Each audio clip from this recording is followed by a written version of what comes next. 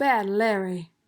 What's up, everyone? Welcome to the Bad Larry Kingdom. I'm your host, Bad Larry, and today we are checking out Cyclops number 2. What is your favorite cover? I like the main cover with the visor being destroyed best, but let me know which one is your favorite down in the comments below. This issue is written by Alex Pagnadel and drawn by Jorge Antonio.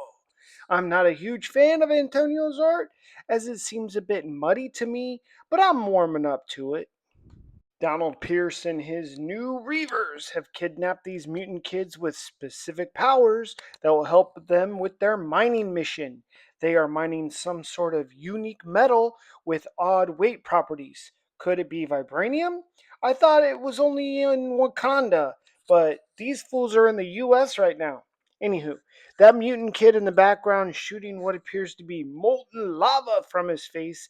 Is it coming out his eyes, his mouth? Anyway, it seems the mutant kids are getting close to the main vein. But wait, does vibranium glow like that? This must be some new type of ore we might not be aware of yet. Donald Pierce has spent over $200,000 on just a microchip for Tearjerker.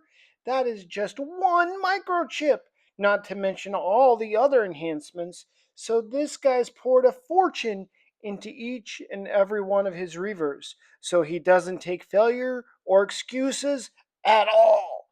We also see that Donald Pierce has created a super toxic environment with his Reavers, hyper competitive with each other for Pierce's approval. You see, Donald Pierce is all about results.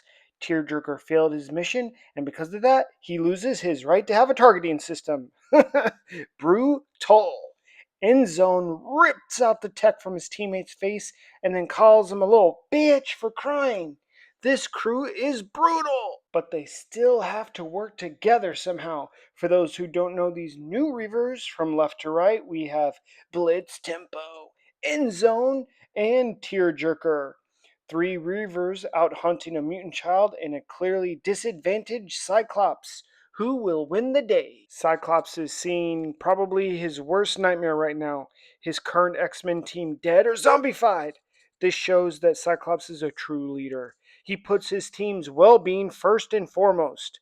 My guy clearly has a major concussion and is unaware that his visor is totally cooked. Cyclops quickly finds out that he's going to have to operate out here in the middle of nowhere, totally blind. Now, with the strange mutant girl, he'll have to protect or have her protect him. We get a clue from their conversation that the girl has super strength powers when she tells Cyclops that he isn't that heavy. Cyclops is all about mutant kind. He serves and protects all mutants. May here is a mutant, but she just wants to live life. She clearly doesn't care about labels and politics of humans and mutants. She's just a girl who wants to live and now help her friends. I respect that. I also think it's cool her name, May, means resilience and beauty, considering she needed resilience to make an escape plan from the Reavers.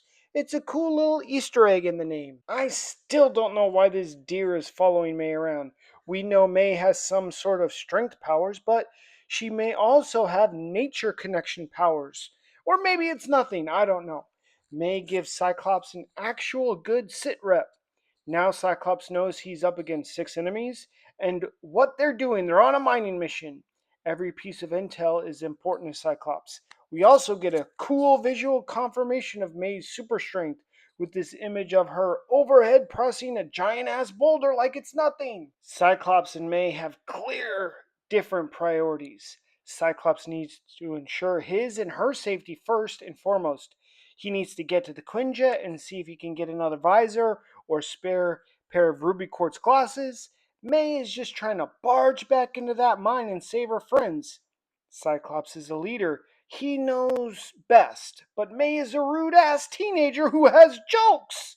This relationship is off to a rocky start. And it also looks like May has a bit of a temper problem as well, kicking down a whole ass tree during a little temper tantrum, making a clear line in the sand. She don't take no orders from Cyclops.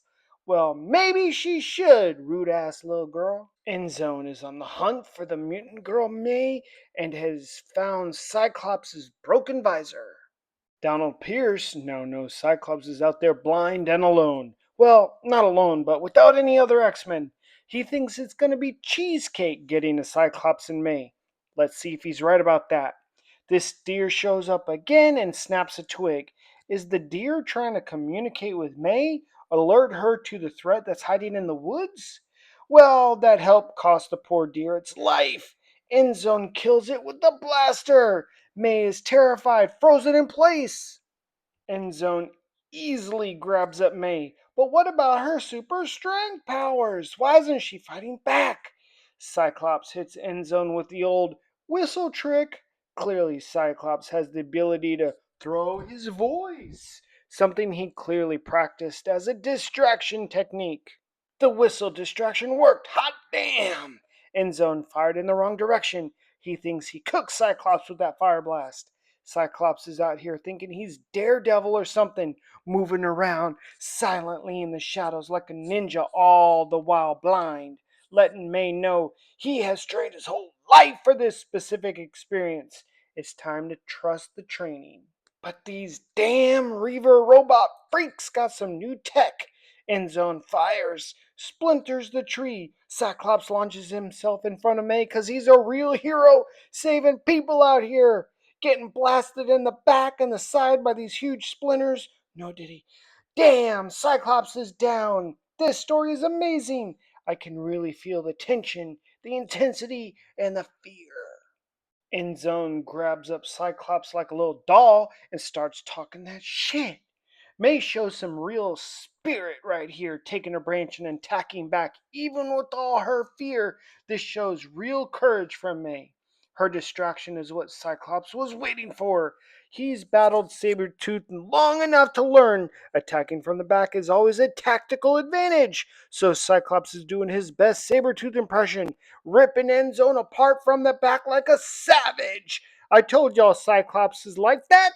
He just isn't optic blasts and crossed arms. He's a real G when it comes to hand combat. Cyclops is ripping Endzone apart, and like a surf instructor teaching young kids how to ride the waves, Cyclops is putting on a show for young man how it's done when it comes to fighting your enemies.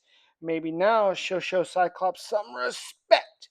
Ironically, Endzone was bullying Tearjerker for crying earlier, and now Endzone is crying for Donald Pierce. Typical. But to be fair, Cyclops is kinda cooked. Huge old pieces of tree lodged in his back and his side. Without a healing factor or his visor, he needs some help ASAP. He is kinda justified in being pissed May didn't jump in to give him some help because she's got that super strength.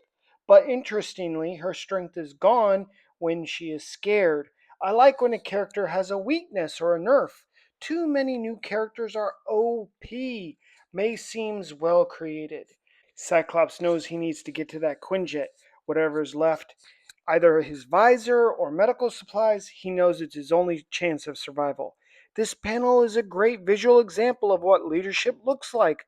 Busted and broken, Cyclops still leads, but now having earned the respect of May, who eagerly follows behind.